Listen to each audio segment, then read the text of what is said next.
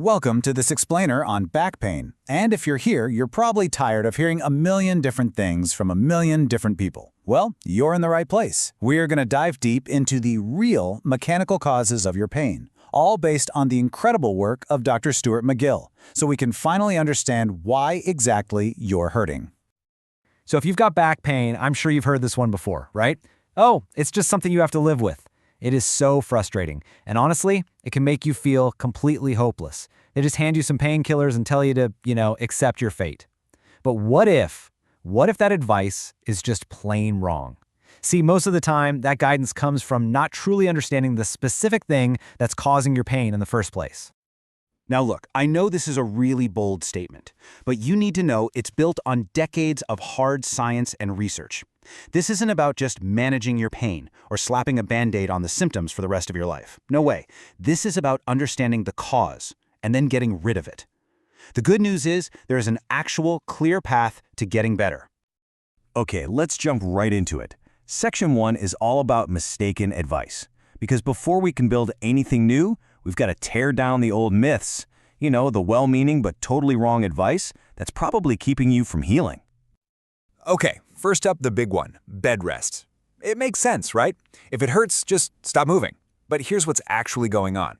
When you lie down for a really long time, your spinal discs, they soak up extra fluid. They get swollen, overhydrated, which is a big reason why pain is so often terrible in the morning.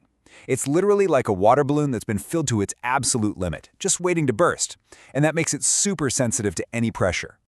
Next, let's talk about yoga and Pilates. They're constantly recommended as a cure-all. And yeah, some of the movements can be helpful for sure, but a one-size-fits-all program, to be honest, is just irresponsible. A stretch that feels great for one person could be the exact thing that injures someone else. Take the Pilates roll-up, for example. It's designed to bend the spine in a way that science has shown over and over again cranks up the pressure inside your discs. It's the exact mechanism we're trying to avoid. And the last big myth, you just need a stronger back. The analogy here is just perfect. Imagine your car has a broken frame and your solution is to drop in a massive 500 horsepower engine. What do you think is going to happen? All that new power is just going to tear the broken car to pieces. It's the same with your back. Trying to build muscle on top of a bad movement pattern doesn't fix a thing. It just magnifies the damage. So now that we've cleared out some of that bad advice, let's get into the mechanics. To fix the problem, you gotta understand the machine. So let's look at how your back is supposed to work, and more importantly, how it breaks. I want you to think of the discs between your vertebrae as little car tires. Seriously, the outside is this tough, woven wall, kind of like the wall of a tire. And the inside is this gel-like center, which is like the air in the tire. It's a brilliant design for absorbing shock, but just like a tire, it has its limits. It has weaknesses. So how does that tire actually fail? Well, it's hardly ever one single event. It's this slow, cumulative process. Think about bending a paperclip back and forth. It doesn't snap on the first bend, right? But you keep doing it, and eventually, the metal gets weak and breaks. Your disc is exactly the same. Every time you bend your spine, especially with weight, you're causing tiny little tears in that outer wall, layer by layer, and eventually, that inner gel finds a way out. That's your bulge, your herniation. And you will not believe how much force we're talking about. You don't have to be a weightlifter to do this. Just bending forward at your waist to pick up nothing, not a pencil, not your phone, absolutely nothing, generates about 300 kilograms of force on your lower back. That's over 600 pounds. It's like having 3 grown men standing on that one little spot. It's insane. Okay, so what do we do with all this? This is where it gets really personal and really powerful. Once you get how the injury happens, you can start to fix it. So the next step is for you to become your own pain detective.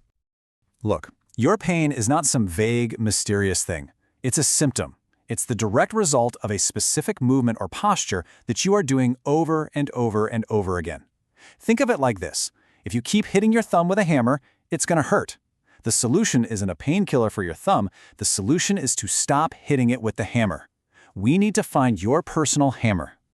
So your investigation begins right now, just by paying attention. Think about it. When does it really hurt? Is it after you've been sitting for a while? That's a huge clue. Does it scream at you when you stand up from a chair? What about that first hour in the morning? Is that the worst? Remember that water balloon? Or does tying your shoes set it off? Every single one of those moments is a clue that points directly to your hammer. All right, so we've busted the myths, we understand how the back works, and we've started looking for your pain triggers. So what is the absolute number one, most important first step to getting better? It's probably not what you think it is. If you only take one thing away from this entire explainer, please let it be this. You cannot exercise your way out of a problem that you are creating all day long. It's impossible. Before you can rebuild, before you can get strong, you must stop doing the thing that's causing the damage. You have to put down the hammer. So the path to healing is actually really logical. Step 1, you finish your detective work and you identify your triggers. Step 2, you just stop doing them. It's called spine hygiene. And then step 3, you replace those bad habits with new, pain-free ways to move. So instead of bending your back to grab something, you learn to hinge at your hips. It's that simple. And that process creates this pain-free bubble that finally gives your body the time and space it needs to heal itself. And that brings us to maybe the most powerful idea of all. You are not a victim here. You are not helpless. By understanding what's going on and by removing the cause, you get to be an active part of your own recovery. You can actually control that disc bulge. Your body is incredible. It wants to heal. It can actually reabsorb that disc material once you stop poking at it all day. You are in control. The journey out of pain isn't about some magic exercise or some miracle cure. It's about knowledge. It starts with finally understanding why you hurt, and then using that knowledge to get rid of the cause. So, I guess the only question left is, now that you know the way, are you ready to stop just managing the pain and start getting rid of it for good? Are you ready to take back control?